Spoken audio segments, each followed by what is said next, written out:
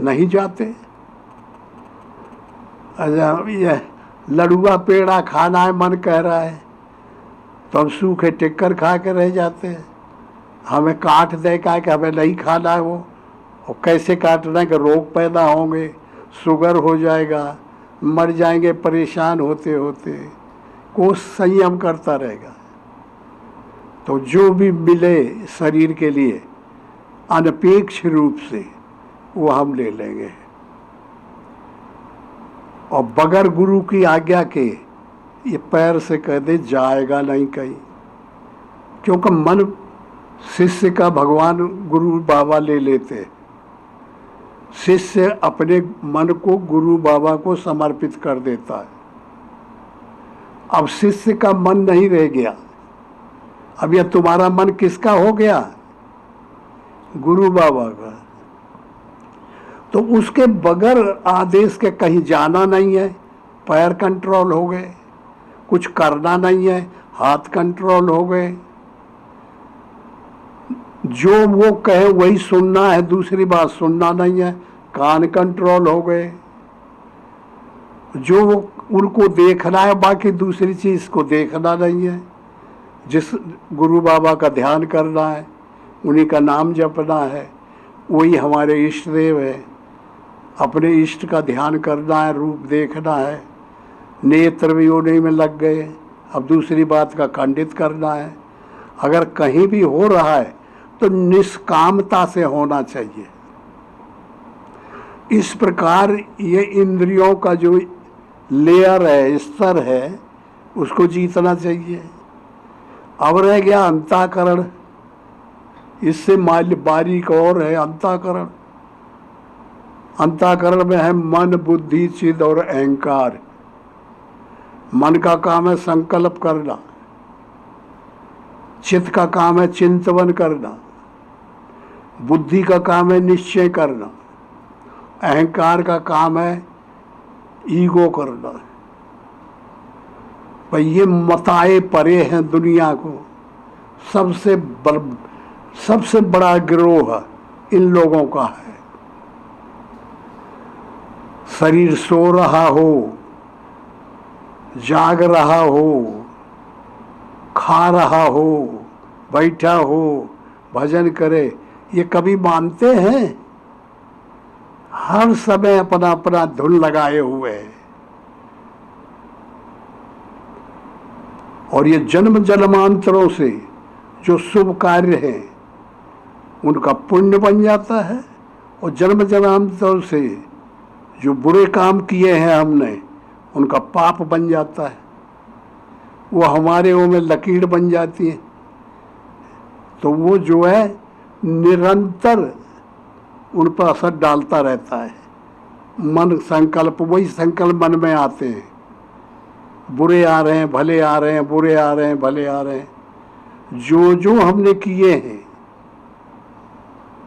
और उनकी कहाँ तक पेच दी है, वो किससे क्या किया और फिर कैसा प्रभाव पड़ा, तो और दूसरों से भी उसकी जड़ें निकल जाती हैं। तो ये अंतःकरण का कंट्रोल करना वैराग्य का काम है, अनुराग का काम है, धर्म का काम है, विवेक का काम है। समझे? इस सद्गुणों का काम है रोकना, और दुर्गुण जो है उनको बढ़ावा देते हैं। तो ये चिंतनों का जो समाज संसार तैयार होता है, वो फिर सजातीय भावना वाले सद्गुण और विजातीय भावना वाले दुर्गुण, इनका संघर्ष कराते रहते हैं। एक तरफ राम, एक तरफ रावण, एक तरफ कंस तो एक कृष्ण, एक तरफ पांडव तो एक तरफ कौरव। ये हर एक कथानकों में ये लड़ाई जो लिखी हुई है ना, हर एक पुस्तक में है ना। जितनी पुराणे हैं, 18 पुराणों में युद्ध हुआ, शास्त्रों में युद्ध हुआ, उपनिषदों में युद्ध हुआ। तो युद्ध की जगह पे साधन है, समझे? यज्ञ है। पहले के काल में उसको युद्ध कहते थे लोग। जैसे कि अब हमारे ये अंदर बाईं तरफ बैठे हुए हैं, काम है, क्रोध है, लोभ है, मोह है, मद है, मत्सर है। अब वो अपना जड़ से उनका थोड़ा हिंट मिली पाप की तरफ से, पहले कमाई हमने करके बैठा है, हिंट मिली तो मन में जड़ से काम की भावना आ गई, क्रोध की भावना आ गई, लोभ की भावना आ गई, मोह की भावना आ गई। ये सब मेरा है। मोह अधीन कर मूला, ये रावण है। क्रोध कुंभकर्ण है, काम मेघनाद है, लोभ नारायण तक है, कपट काले में, अभिमान अहिरावण है। ये सब इसके अंदर है, हर एक के अंदर बैठे हुए।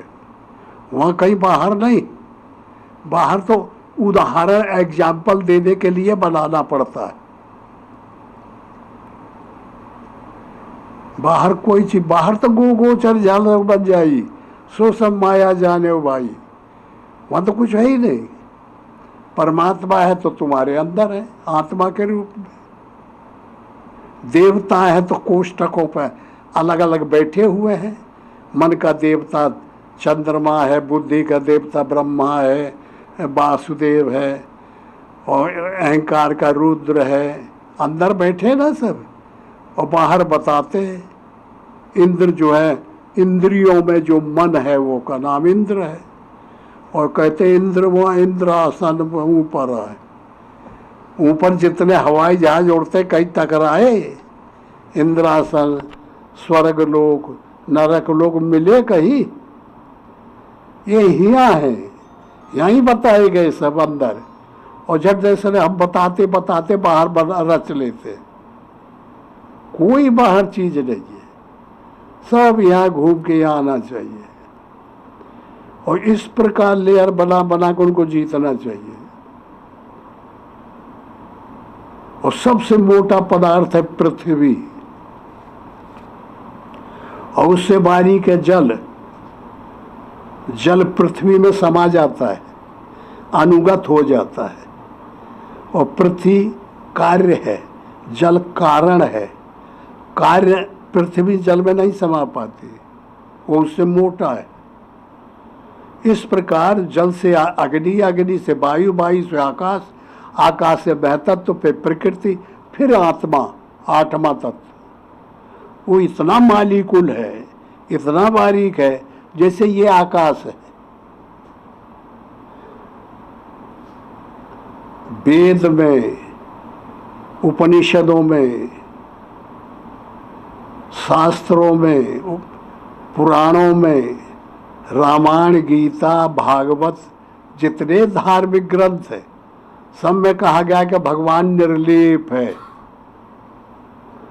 सलेप कहीं कहा, आसक्त कहीं कहा, अनासक्त है, निर्वयव है, निराकार है, सबके अंदर है और सबसे बाहर है।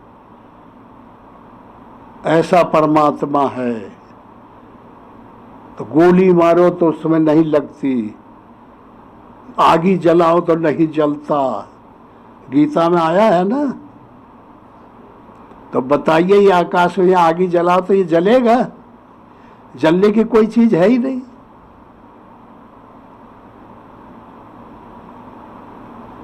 तो ये सबसे जो है ईश्वर है बारीक, और पूरा ईश्वर के बाद में जितना है ये सब संसार है।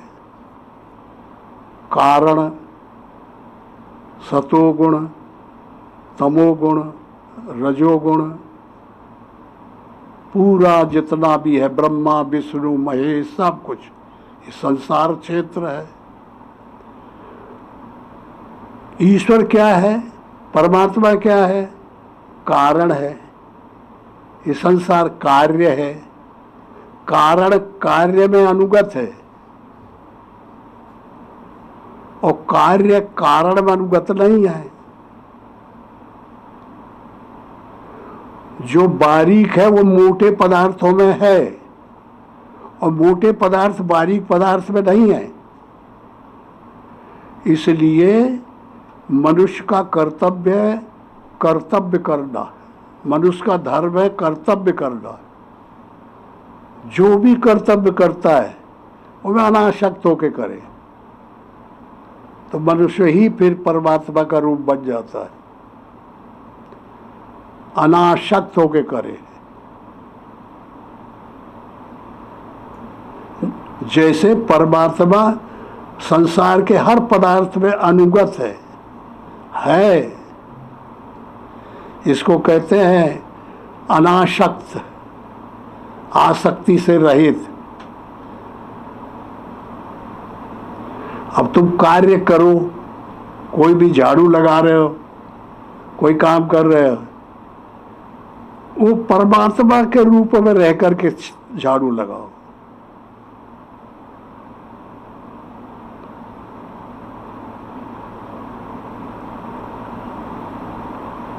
कर्म वचन और जो बोलते हो वो परमात्मा के ऐसा बन के रूप बनो, ऐसा बन के जैसे ये आकाश है, तब बोलो तो अनासक्त हो जाएगा।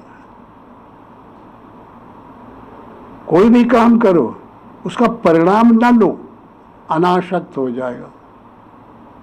नौकरी वाले नौकरी करें, तनख्वाह ना ले, ये भक्ति में शामिल हो जाएगा। किसान खेती वाले किसान खेती करे, मजदूर मजदूरी करे, वो परिणाम न ले, फल न ले, फल का त्याग करो तो सब भक्ति में हो जाएगा शामिल। और महात्मा भजन करे, ध्यान करे और उसके बदले कोई चीज़ चाह ले कि हमें यह हो जाए तो माया बन जाएगा, भजन नहीं रह जाएगा। ये समझ में आ रहा है ना? हाँ, ऐसा है। इसलिए हमको ये अभ्यास करना चाहिए साधकों को कि भोजन कर रहे, भोजन में ऐसा कोई संकल्प न आरोपित कर दे कि जो हमें आसक्ति की तरफ पकड़ा दे। जो मिल गया, नमक कम है तो मांगे ना, और कोई चीज़ है पसंद की चीज़ नहीं तो सोच ले परमात्मा को धारण हमें करना है। परमात्मा वो है जो निष्क्रिय हो जाए, आसक्ति का छोड़ दे। आसक्ति है नमक लाओ, आसक्ति है मिर्चा लाओ, आसक्ति है मीठा दो, आसक्ति है घी दो। ये आसक्ति के ही लड़का बच्चा है, समझ में आ रहा है? तो जो अपने से मिल गई वो अनासक्त हो गया, अकार्य हो गया, निष्काम हो गया। निष्काम अकार्य, आसक्ति न हो। कपड़े बट रहे लाभ है हम, अब चाहे वो ढीला ही हो, लेकिन हम जो मिलेगा तो हो गया। फिर अपनी तरफ से संकल्प ना जाए कि उसका सुधार के लिए, तो जो चीज़ मिली वो ठीक है, तो ये ठीक है। तो वही कहते हैं गोस्वामी जी कि कर्म वचन मन मोर गति।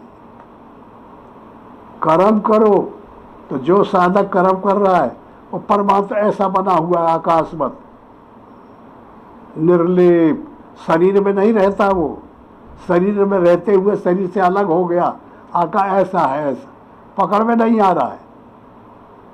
तो जो जो हम हरकत करते हैं वो कर्म है। वो ऐसी हरकत हो कि हम आकाश मत बने रहे, पदार्थ में न बन जाए और नहीं पकड़ जाएंगे, माया बन जाएंगे। तो कर्म वचन और बोले तो परमात्मा के रूप में स्थिर हो गए। और मन मोर गति, और मन से जो भी काम ले तो परमात्मा के स्वरूप में स्थित हो गए। उतर के नहीं ऐच्छिक न बने, इच्छा न करे, बंधन न डाले, वहीं पकड़ जाएंगे, वहीं पकड़ जाएंगे। कर्म वचन मन मोर गति, भजन करे निष्काम। इस प्रकार जो रहते हैं, बोलते हुए परमात्मा में हैं, करते हुए परमात्मा में हैं, खाते हुए परमात्मा में हैं, चलते हुए परमात्मा में हैं, सोते हुए परमात्मा में हैं, तो अब कहाँ रह गया? अब कोई चीज़ उन्हें पकड़ नहीं सकती, समझ में गया। तो ये इसीलिए कहते हैं कहाँ भगवान रहते, वो के घर में रहते हैं कि कर्म बचन मन मोर गति भजन करें निष्काम, तिनके हृदय कमल में करो सदा विश्राम। कहाँ विश्राम करते हैं भगवान?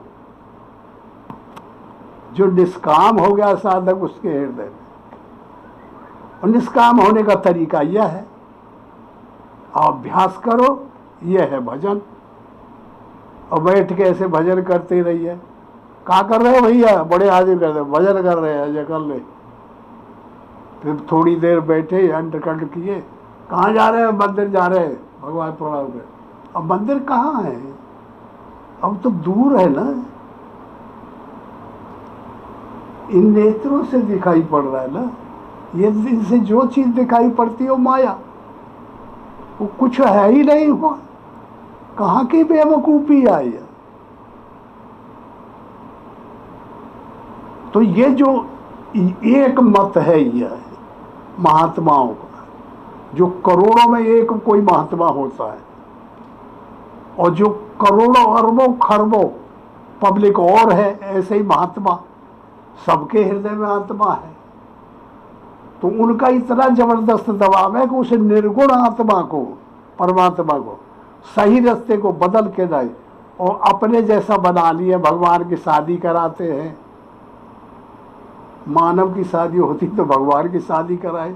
ओका लड़का पैदा होते हैं, ओका महतारी है, ओका बाप है, जौन माया में होना चाहिए चौन सब भगवान के पास। और बड़े बड़े उत्सव होते हैं और उनको धार्मिक माना जाता है।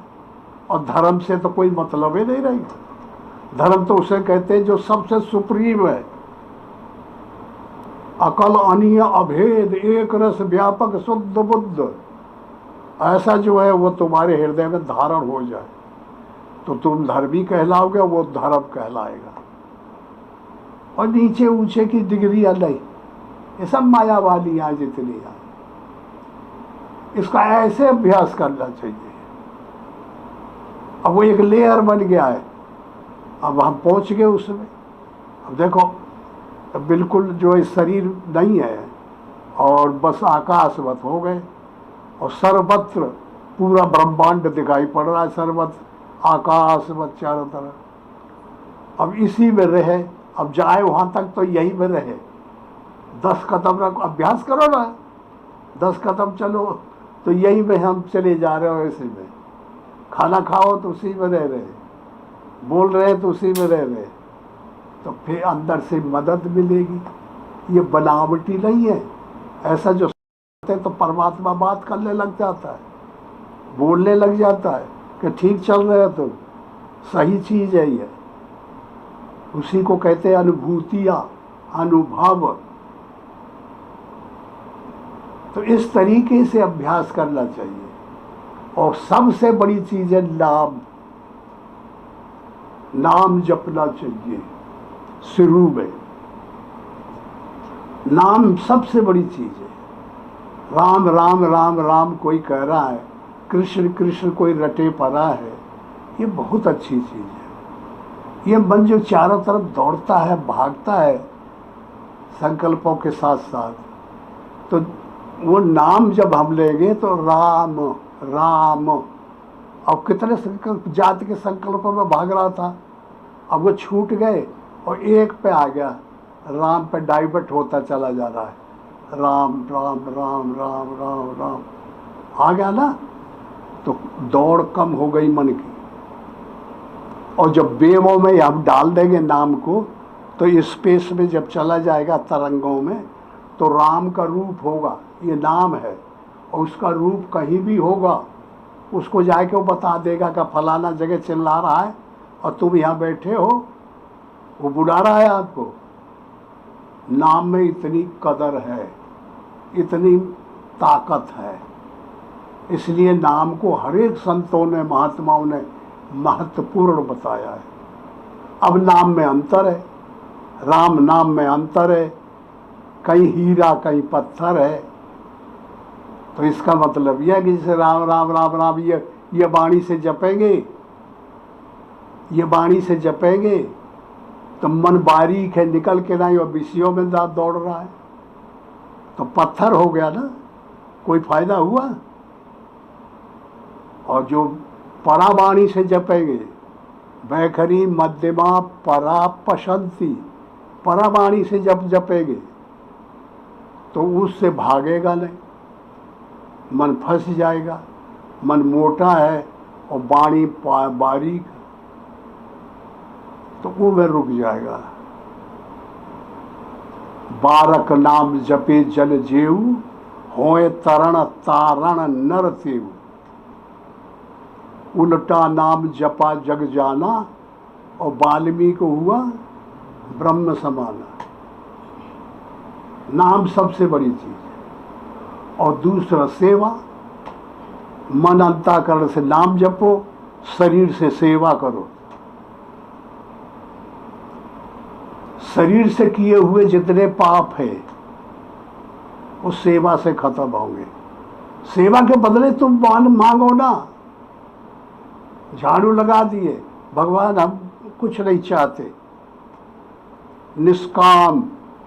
निष्काम जहां आया तहां वो ईश्वर आ जाता है। तो सेवा निष्काम हो तो किए हुए पाप शरीर से खत्म होंगे, और मन से जो पाप किए होंगे वो नाम जपने से होंगे खत्म। और फिर अपना अभ्यास की चीज आए। समझ में आता है रे।